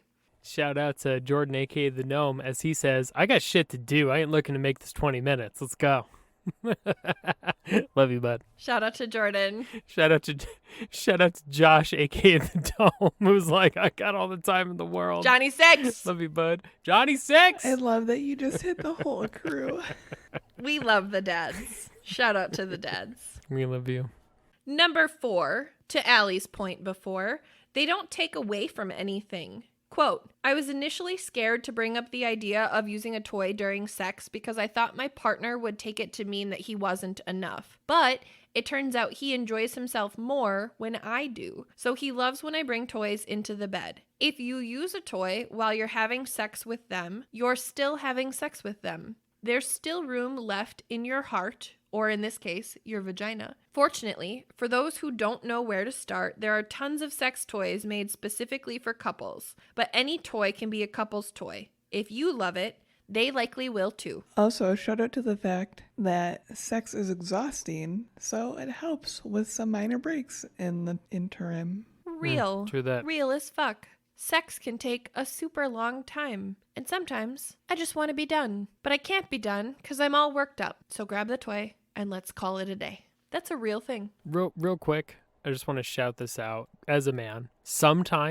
There's sometimes where you're going at it with whoever you want to be with. And sometimes you're like, fuck, I just can't come to sensation. What the hell? And I think there needs to be something said where it's like, hey, it's okay. Just be like, listen, did I make you come to sensation? Okay, cool. Real quick, I'm fucking beat. You're beat. This is nothing against you. This is not against you at all. For whatever reason, my anatomy's like, bro, right now, not the best chance. Maybe with yourself because you know how to get yourself off the best. And so can we just normalize real quick that it is not a woman or a man's fault for a man being with them that they can't get off, and it's okay to real quick just, be like, listen, I know you want to be done with this. I want to be done with this too. Let me just rub it out. Can we just normalize that? Is that okay? Yeah, definitely. I love that. I think that equally should go both ways because I have definitely had experiences where partners where I'm like, you know what, the sex was great, but I didn't finish and I just want you off of me at this point because it's hot and I'm tired and I know that we're not gonna accomplish what I need to accomplish, so please just go to the restroom for 2 minutes so that I can take care of this. Like, that's real. But I appreciate what you're saying to the point of let's normalize that, because then the foreplay doesn't have to be beforehand. It could be afterhand, and it could still be just as good had it been the quote-unquote foreplay. Like, if we're really to that point of calling it quits, we've already really done the worst thing we could do. What's more to just say, hey, you want to grab that toy real quick, throw it on level 4, my clit's right here, let's just get this over with. Really, like, that wouldn't be a terrible thing to say. Yeah, no, it's not like he or she's kicking you out of the room and Exactly. it's like, get the fuck out of here. I'll do this fucking shit myself. No, that's not what's fucking happening. I think we need to normalize that and have a normal conversation. Just be like, hey, this is what's going on. And people should be more receptive of that on either side, men or women. Doesn't matter. Agreed. Performance issues need to be like normalized all around, whether that's you can't get off or you can't get somebody off. Like, that's fine. It happens. Let's just make it a conversation and talk about it. Yeah. And also, in the event that there are performance issues on either side of a couple situation, men or women, there are toys that are made specifically for the benefit of couples. Like we said in the previous information, any toy could be a couple's toy. However, I went and found the 24 best sex toys for couples rated in 2021, according to womenshealth.com. Do y'all want to know what those toys are? Yep. Yep. Amazing. Let's do it. Number 1. It's called the partner whale. It's actually like really cute. It's $30 on Amazon. The second is the O'Hare double vibrating rabbit cock ring, $14.60 on Amazon. Actually, what I really liked about this, I'm not like pushing time out. I am not pushing anybody's fucking prices. This is not paid sponsorship. I don't give a fuck where you buy your sex toys. However, this article did a really good job of showing a pretty wide price range of sex toys because you can get really amazing sex toys for dirt cheap. Mm-hmm. You can also get really shitty sex toys for very fucking expensive and vice versa. True fucking that. It's a real thing. So truly, I thought that this article did a really good job of not only capturing a very wide price range, but also a lot of different places to get sex toys. And to AJ's point earlier, a lot of people don't want to buy sex toys because they think that the shipping's not going to be discreet or whatever. So I included just a lot of information on here with the small asterisks that I am not promoting or pushing anybody's sales. I'm going to continue. Number 3 is the Jive Couples Vibrator, which is $113.05 on Amazon. The Eva 2 vibrator is $135 on dameproducts.com, and this one I actually loved. Like, oh my god, this one was so cute. I just really wanted her. So I took the quote from this one so everybody knows what she does. Quote, "This adorable toy is designed with couples in mind. The tiny, light, and simple to use vibe is similar to a cock ring with direct clit pleasure for her, but it's worn by the woman instead, making it a little less cumbersome. Plus, it's waterproof, so you can get very creative with all of your sexual adventures." I just love that you're judging sex toys by their cuteness. She was so cute, though. She was. I liked her. Cute is like the most objective word. She was cute, though. If you go look, you're going to be like, oh no, yeah, she's totally cute. Number 5 is called the Flamingo from lilitheoretica.com. Quote, "This app-controlled vibrator lets you or your partner choose from 9 vibration models, pleasuring both your G-spot and clit for a beautiful blended orgasm." Shout out to anybody who's never had a blended orgasm. I recommend you get on that immediately. Number 6 is a Lilo Ida, which is $179.12 from Amazon. Quote, "The woman's version of a cock ring. It goes inside the vagina, and when the penis thrusts in, both parties get the extra sensation of vibration against your private bits." That sounded wonderful. Next, we have foreplay dice, wand massagers. There is a match couples vibrator from lovehoney.com for $139.99. There is a tomboy harness, which was recognized on the website for girl on girl. However, I also recognize that it could easily be used for pegging. So that was, if anybody's interested in that, that was really cheap. It was like $16 or something. Oh, that's not too bad. The Mio cock ring for $109 on babeland.com. The Club Vibe 3.0 for $119 on Amazon, which is a remote controlled vibrator. The Lilo Hex Virgin condoms, which are $34.90 a box and are found at organiclovin.com.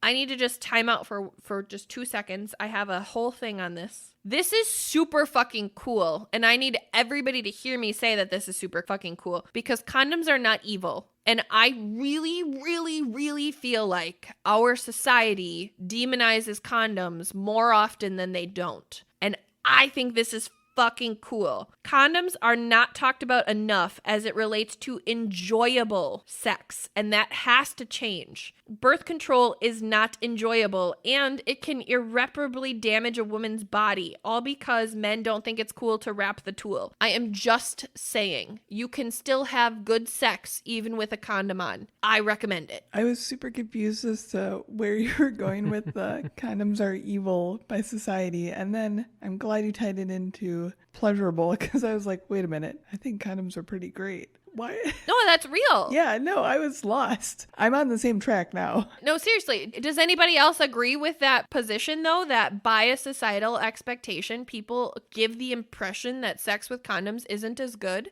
Yes. AJ, as the only member of this convention with a penis, I mean, seriously, can you have great sex with a condom? I'm asking. Yeah, for sure. You can definitely have great sex with or without. Will I say that without is better? Yeah. But it's kind of just depends. You know, it really depends on the person that you're with. I mean, it's coming from a guy who was married for 2 years, and then also as a guy who has been on plenty one-night stands in his early 20s.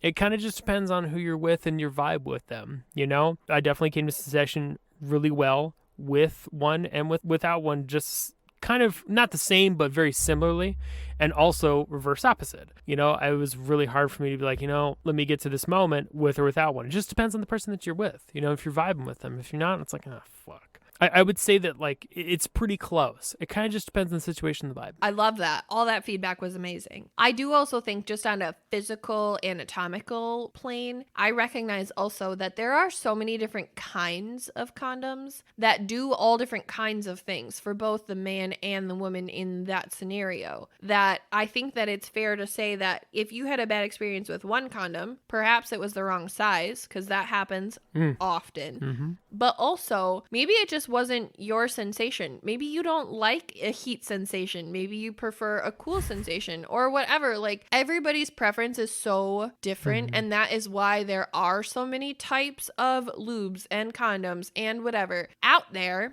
You just have to find what works for you and your body. But seriously, once you know that, it's okay to know that.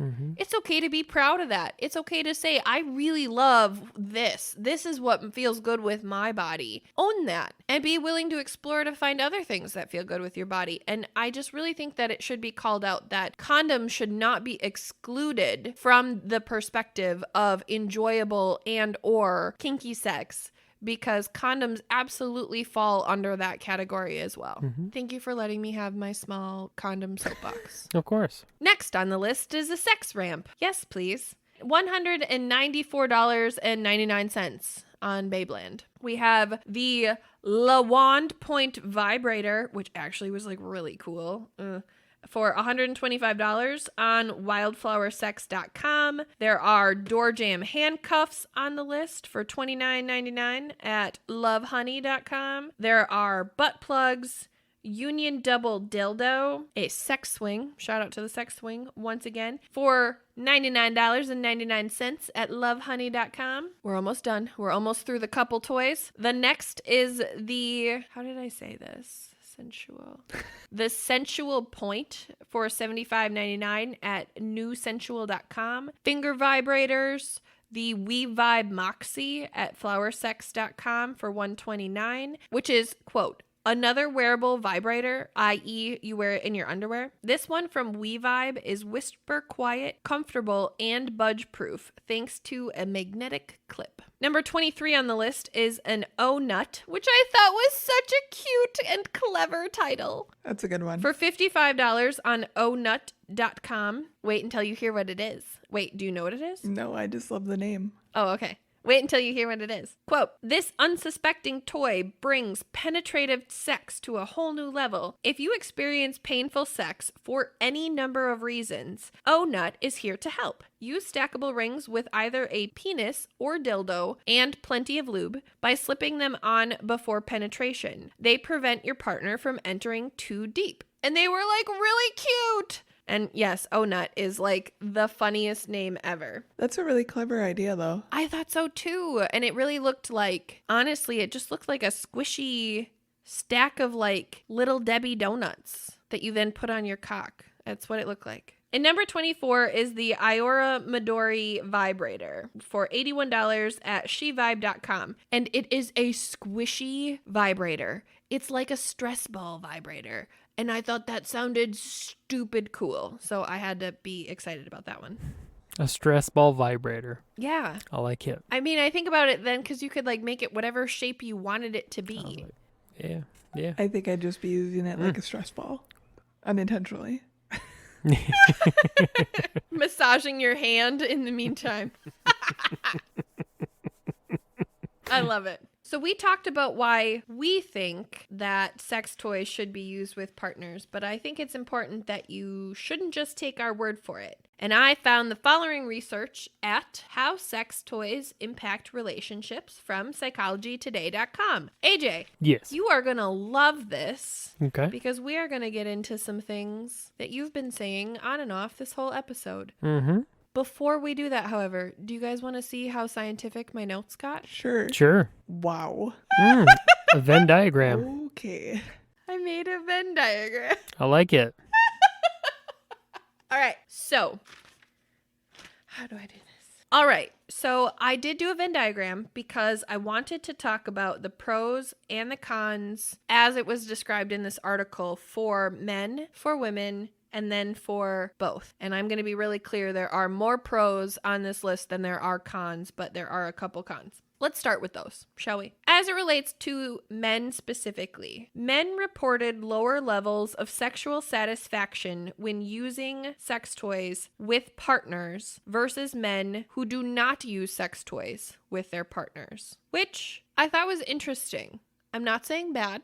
I'm saying interesting. It may be that men feel that having to use aid reflects poorly on their own performance is really like the number one indicator of why it might be that men enjoy sex with sex toys less. AJ, say some things about that. Do you feel like that's a common misconception with men or that's a common feeling with men as they feel inadequate when you bring a sex toy into the conversation? 100%. I say that's half the reason, honestly. I think too, I mean, there could be a plethora of other reasons. You're afraid that you're inadequate for the partner that you're trying to pleasure. And B, you're afraid of what other people think of you, which kind of ties into that, you know, like being like, oh, bro, like fucking homo using toys. What the fuck's wrong with you? I think that's like the two biggest things right there. And honestly, just that conversation needs to be had. There's plenty of conversations that need to be had. Like, we're all fucking adults here, you know? And I think for sure a lot of people out there are like, man, if I bring a toy in there, what's to stop them from stop seeing me in just the toy altogether?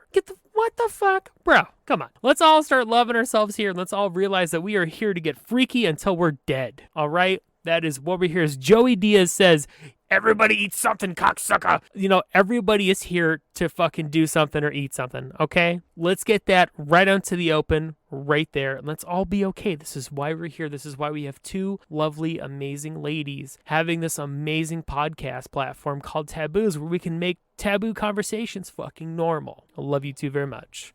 Heyo! Heyo! Love you. I love that you're just boosting us and we're just sitting here like not having to do anything for ourselves. Hell yeah. I'm just talking about sex toys and AJ's like, I love taboos. Fuck yeah. Dude, I'm a beer, 3 glasses of homemade wine, and a couple hits of my pen in. We're fucking rolling, bruh. Fucking send it. I'm excited. Are we excited to talk about some other research that indicates some pros to men enjoying sex toys? Hell yeah, let's go. Let's talk about why the men like the sex toys. Other research says men who regularly use vibrators on themselves score higher on measures of erectile dysfunction, orgasm function, sexual desire, and sexual satisfaction than men who don't. Obviously, because you're using the muscles more often, because you're having more extreme reactions to when the muscles are being used, right? Like, duh. Did you mean that more men that use those have less of a chance of having erectile dysfunction? They score higher on measures of erectile dysfunction, orgasm function. Yeah, so like if you use toys, you have less of a chance. The muscles are more likely to be well toned and you have less of a chance of erectile dysfunction. You have a higher orgasm function. You have more sexual desire and higher sexual satisfaction as a whole. So thank you for making me re-say that better. Mm-hmm. It was also found that gay and bisexual men are more likely to explore sex with toys than straight men are, which I think is really, really interesting, AJ, especially as you continue to throw out the stereotype that is out there, without question, not denying at all, that using sex toys suddenly makes men less straight, which is fucking ridiculous, and everybody grow the fuck up. But I do think it's interesting that men who are gay and bisexual don't have that limiting factor of, okay, well, so what if it is? I am gay, so let's do it. You know what I'm saying? Like, I think that's really cool. Yeah, it's exactly how I am. Like, I'm bi. Who gives a fuck? You know, Who gives I'm a here to fuck? fucking live life until I fucking die. Till my last fucking breath. And you know what? I'm not going to live my life based on some loosey-goosey bullshit alpha primate wannabe rules like that fucking shit. To add to that, one thing that I really just don't get is pleasure. Like, normalize pleasure, period. Real. Which actually is the other thing that men reported appreciating about sex toys is actually partner enjoyment. That they appreciate sex toys and enjoy sex toys because they know for a fact that their partner enjoys sex toys. So that was the other piece that men specifically reported about sex toy use. On the women's side of the Venn diagram, per a study done, 53% of hetero women reported never having used a sex toy. However, 86% of women who have had sex with a woman say that they have used a sex toy. So it's pretty obvious that women who are not hetero are using sex toys. It was also reported that they had significant uptick in sexual satisfaction as well, meaning the women who were using sex toys across the entire study, not just women who were having sex with other women. And then, specifically, let's talk about the section that is the couple perspective, because I thought that this was really, really cool, and I really liked bringing this perspective together.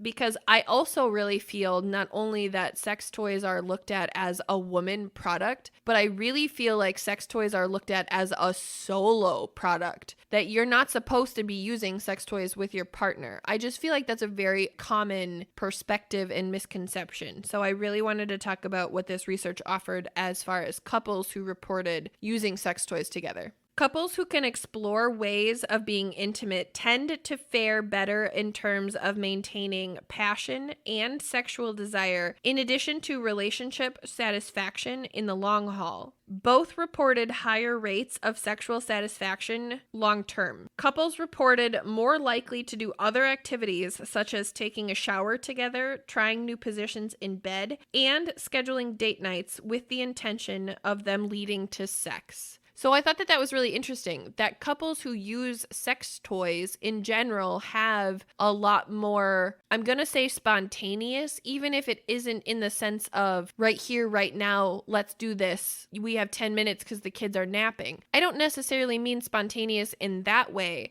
but I mean in the sense of having a lot more liberty within your sex life with your partner. I thought that correlation to sex toys specifically was really, really interesting. I think it creates a larger bond of safety, honestly, and trust. I would agree completely. Quote, whether sex toys end up enhancing a relationship or leading to conflict likely depends on the nature of openness and communication between partners. End quote. A 2013 study done by the Guttmacher Institute demonstrates the more positively individuals in relationships rate their interactions with their partners, the higher they tend to rate their desire for one another, as well as the satisfaction they derive from their relationship inside and outside of the bedroom. Quote, in the context of sex toy positive communication means ideally that partners who feel threatened can open up about their concerns,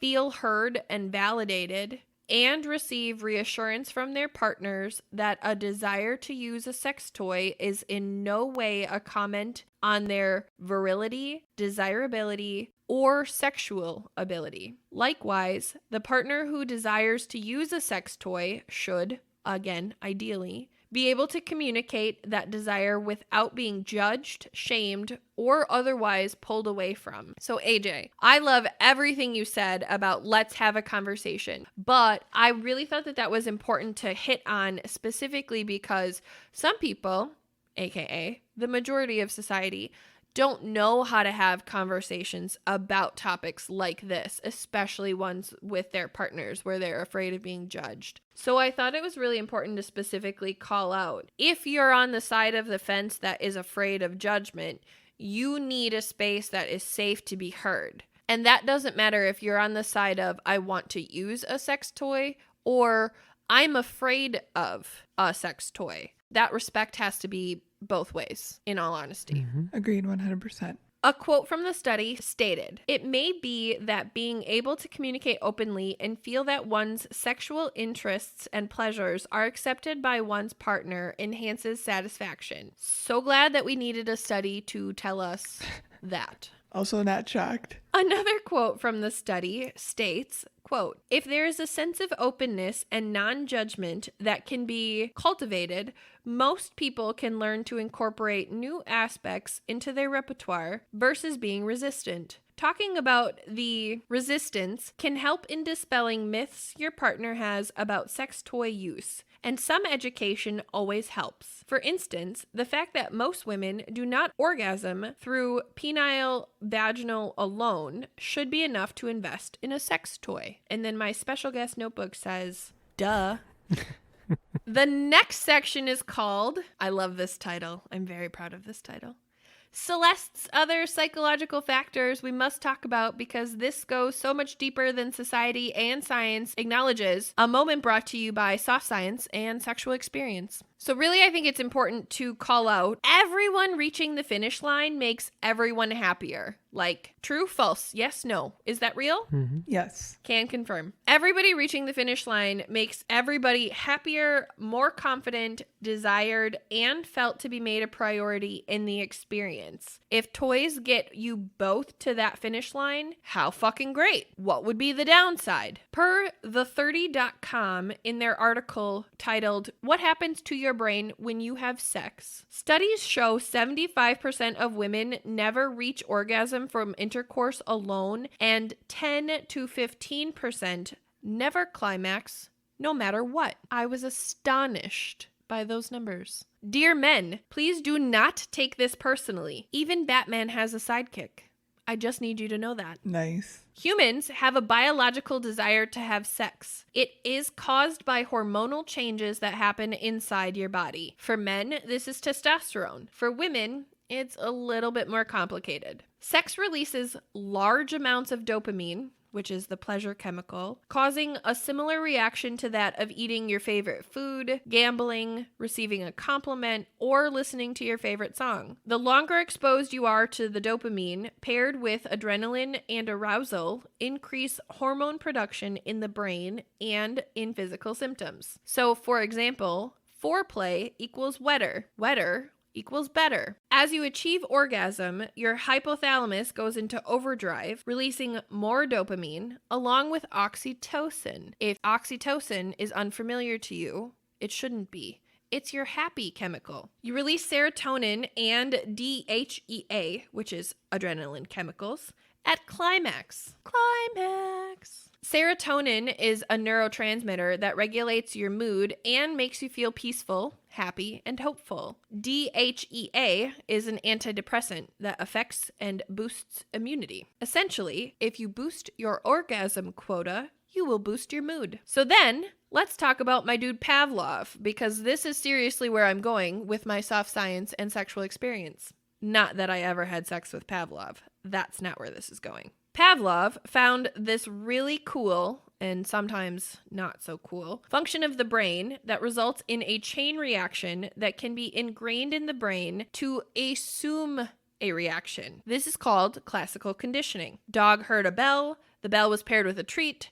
This equals drool. Dog, bell, no treat, still drool. That's the premise of the experiment for anybody who has never heard of this. This can absolutely be applied to humans and their sexual experiences, and in fact should be. So do you guys want to hear my sexual classical conditioning equation? Because I'm really proud of this. I felt like a little mad scientist. Yes. Sure. All right. So sex equals orgasms equals better mood is the original algebra. Sex equals orgasms equals better mood meets you and your partner plus sex toys plus sex equals amazing orgasms, which equals better mood. Better mood equals stronger relationship, or you plus your partner plus sex toys plus sex equals orgasm. But let's say that there are issues in your relationship. whatever that may be. So now the only time that you achieve a better mood with your partner is with the form of orgasms. This is why people stay in shitty relationships for the sex. The sex is good, and that's why. They're literally addicted to the sex. Good sex is never a reason to stay in a bad relationship. You can have good sex by yourself or with others. I promise. Go find it.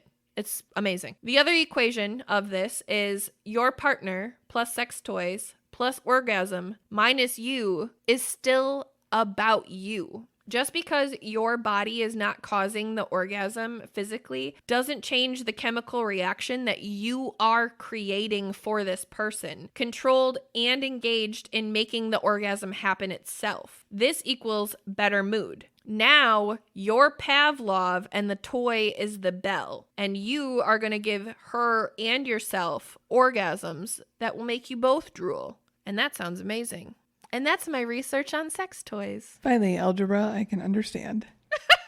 Real math. Thank you for that research. Absolutely. What did you guys think? Thoughts, comments, questions? Say things to me. Maybe how about what we learned here today? Actually, before we talk about what we all learned here, AJ, I love what you brought to the table. And it made me recognize I wanted to ask the question of, can we for 1 second just talk about how this could be brought up in a very organic conversation with your partner? I'm not saying that the three of us have to have a sexualized conversation. That's not what I'm saying. But I do think it would be beneficial for people to hear successful ways that we have brought sex toys into our own personal experiences, whether that was by action or by conversation. For those people who might have attempted this and feel like they're just not successful in getting their partners to have conversations or try new things, or maybe are even too afraid to kind of start having that conversation. So do you guys have any suggestions or things specifically that you have said or done that really was successful in getting a partner to participate in sex toys with you? You want to field this first, Allie? I always feel like a safe bet for anybody that is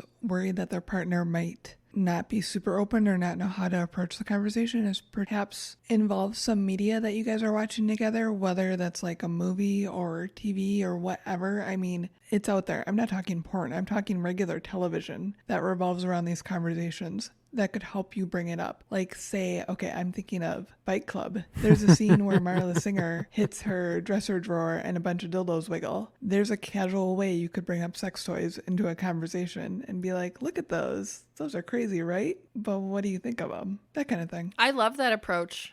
I think that's fantastic. Yeah, I love that. That very casual, very not sly in a sneaky way, but truly that is a great suggestion for somebody who's afraid is not the correct terminology, but who's nervous or apprehensive of perhaps judgment from their partner, to ask it in a quote unquote sly way to still kind of get a temperature gauge of if they react of fuck no, burn that dresser. Obviously, we know that we shouldn't be talking about vibrators. But if they're like, yeah, let's open up that drawer and see what's in there, maybe that's a safe bet to have a conversation with that person. I think that was a fantastic suggestion. Thank you for sharing that.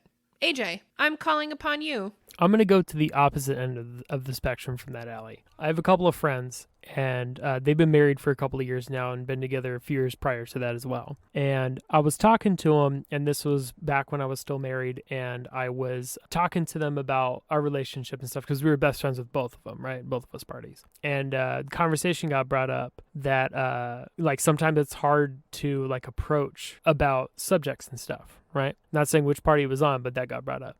And their subscription to that is they had went on their, I don't know if it was honeymoon or it was a 1 year anniversary or something like that. It was fairly new into their wedding, and they went to Hawaii, and the girl really wanted the guy to wear a pineapple shirt, if I'm remembering this right. Really wanted him to wear a pineapple shirt, and he didn't want to wear it, but he was afraid to tell her. So the entire time he had a really sour attitude, and this led to a big fight. And eventually, when it boiled down to the fight at the end, you know, she was like, where did this all stem from? We got to figure out the pinpoint on this. And he was like, well, I just didn't want to fucking wear the pineapple shirt. I wanted us to wear a different outfit. She was like, okay, why couldn't we talk about that at first? Well, you know, this is kind of like the big first fight we've ever really had. They've probably had fights before that, but this is like massive. And she was like, well, you know, we don't ever need to get there. Let's develop a system of codes or code words that we could bring up And we would instantly know, hey, get yourself ready for this place so we don't bring ourselves to this defensive point. And that's come from a very open and a very open opinion, right? And so they had the code word, which was pineapple shirt.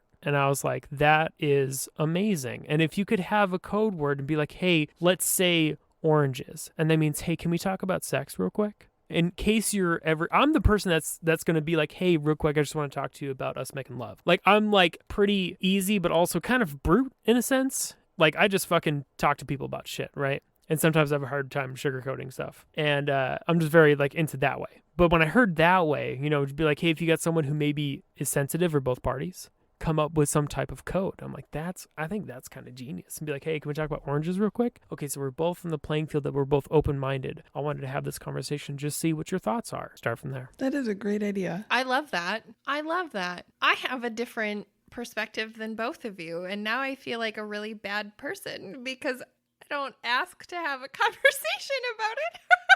I don't ask to have a conversation about it. I also don't force anything on anybody, but I have a thought process of gently introducing the fact that my toy is present by having it on the bed. Whether that's for me to use for myself or on my partner, I usually haven't really decided because honestly, I just have it. Right? And who knows, maybe I'll use it for both of us, which is very, very likely. But more often than not, my favorite thing to use a toy paired with is oral. So in that instance, I am very aware of if my partner is receptive to what's happening or not happening, and if I can introduce a toy at that point. And I might do that in very subtle ways, like tracing the toy up his leg or down his chest or whatever, so that he knows that it's present and he has the opportunity to say, I'm not interested in that, but without actually raising it to be a question of, if you are gonna say words to this, there's a possibility the words are going to be no. And I don't really like hearing the word no. So if I could skip it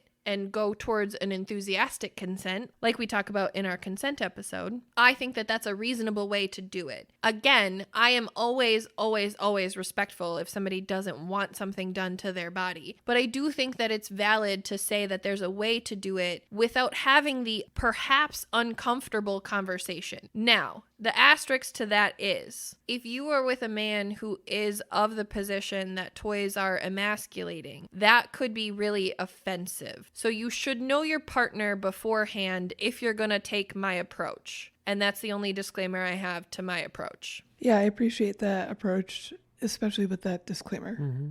Thank you. Thank you. I love that we could have taken that sidestep. Allie girl, what did you learn here today? That I'm apparently triggered by the idea of insertable sex toys being various other materials in the past. Gonna just promptly forget all of that.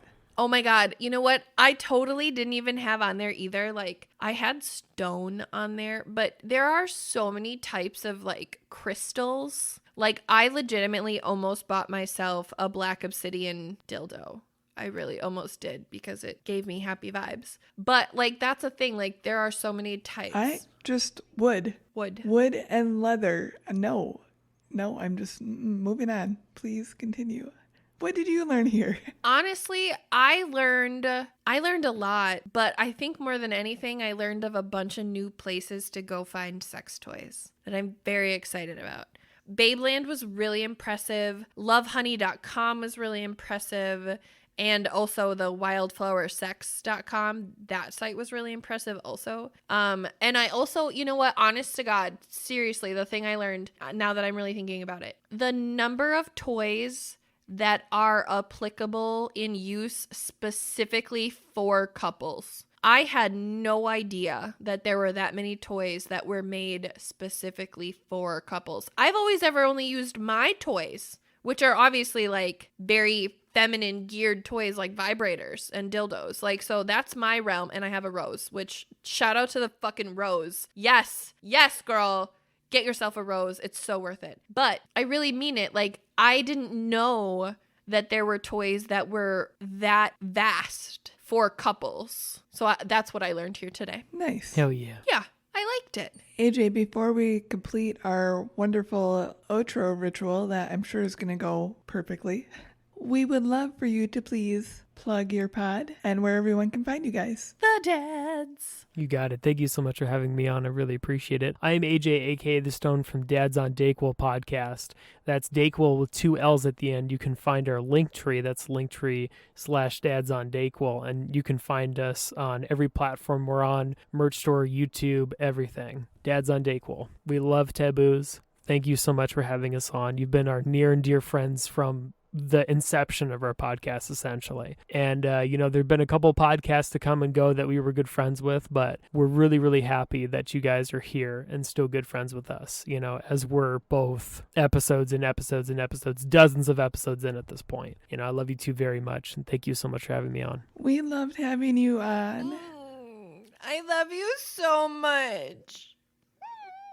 It's true.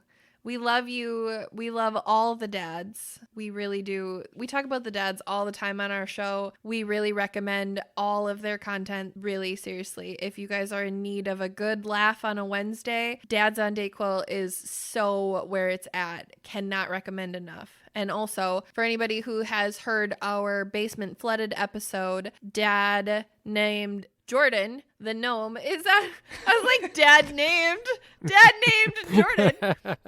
The gnome is our guest in that episode. So we have 2 of the 3 dads on episodes currently. And Josh, looking at you to get you scheduled as well. Heyo! Josh, a.k.a. The Dome, Jordan, a.k.a. The Gnome, and AJ, a.k.a. The Stone from the Dads on Dayquil podcast. We love taboos so much. Thank you so much for listening. We really, really appreciate it. And we look forward to your episodes every week. So, dear listeners, we hope that you enjoyed this episode as much as we did and that it brought you a ton of pleasure. If you want to reach out to us about it, you can do so at Taboos the Pod on Instagram and Twitter. We're just Taboos on Facebook. We're taboospodcast@gmail.com if you want to send us an email. It's been a while. If you want to reach out, we exist. We're there. Hi. We also have a website. It's taboosthepod.com. And we are on Patreon as well. If you want to support the show, there's some fun things on there, like our quick shots about socks in bed. Ooh, I hate socks in bed. I would rather have more than 6 dildos and potentially get in trouble by the state of Texas than ever have socks in bed. If you don't know what we're talking about, go check out our Patreon page. Actually, that's a lie. Go check out just our library, because that quick shot is in our library. But all future quick shots will be on our Patreon page. So please go subscribe to any of the tiers if that is of interest to you, because those quick shots are fucking hilarious and we have some really good ones coming. So you're gonna want to be a part of that. There's also our blooper reels and apparently our meeting, which I didn't know was posted on Patreon until about a month ago.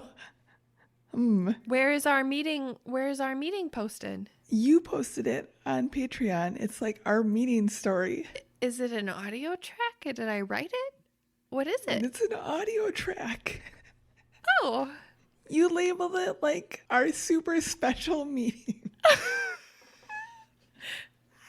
I was like, what the fuck is this? Celeste is like, I plead the 5th? What? What did I do? It sounds like a title I would make. So if you want to hear the things that Celeste doesn't remember, that's there as well. There's a baby Yoda in a swing right behind you. And on that note, do you be taboos?